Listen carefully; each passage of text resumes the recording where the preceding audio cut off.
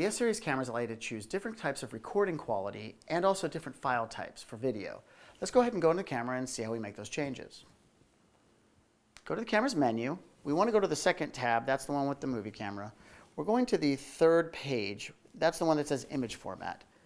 Record file format. Your options are AVC HD or MP4.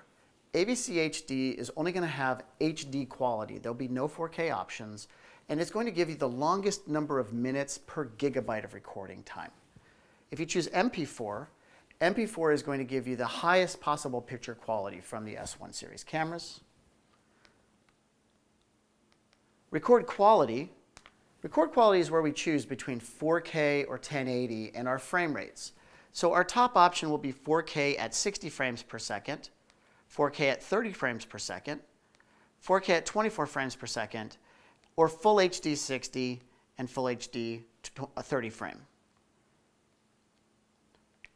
In addition, in the AVC HD mode, you have access to 24 frame Full HD as well. And those are the recording formats and recording quality settings of the S-Series cameras.